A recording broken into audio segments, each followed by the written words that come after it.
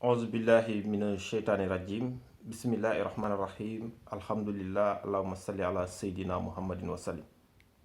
ñu ngi sant yàlla bu baax a baax di nuyu sénégalais yépp di leen di ñaanal jàmm te di ko sàkku ci yéen.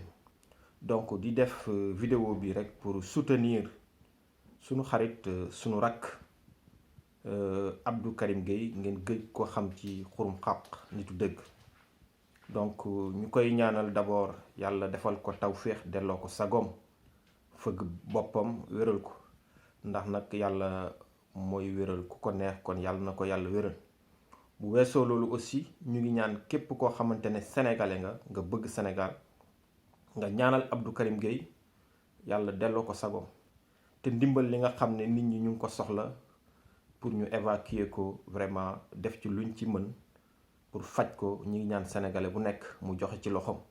donc ma ci oo ñëpp, ki ma ciy jiital nag mooy Iran Ndao, ndax geste bu noble bi mu def bu yàggul dara ci ki nga xamante ne mooy Tayib Socé, vraiment ñu ko ciy ndokkeel di ñaan yàlla na ko yàlla fay xolam.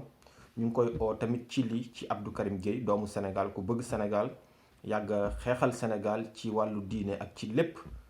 donc di ko def ak moom façon am ak moom ni mu ko sentiré comme ñun ñëpp niñ koy defee, mais lan pour bëgg Sénégal rek, pour jàmmu Sénégal yi.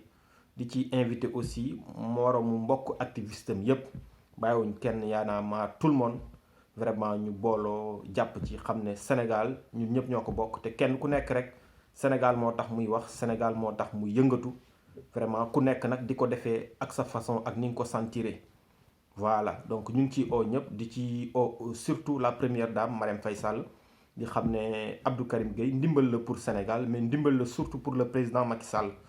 parce que jafe-jafe yi nga xamante ne sénégalais yi ñu ngi koy dund ak mer bi nga xam ne mer nañ ko, donc à travers Abdou Karim Gueye ak communication, je pense que information bi dafay yegg ci ki nga xam ne mooy le président de la république pour mu mun a saafara problème mu sénégalais yooyu. ñu ngi sant ñëpp di ziare ñëpp. vidéo bi képp ku ko jot rek na ko partagé ngir yàlla, su ko defee lépp lu ñu mën rek lu sénégalais yi mën ñu def ko pour seen doom Abdou Karim Gueye.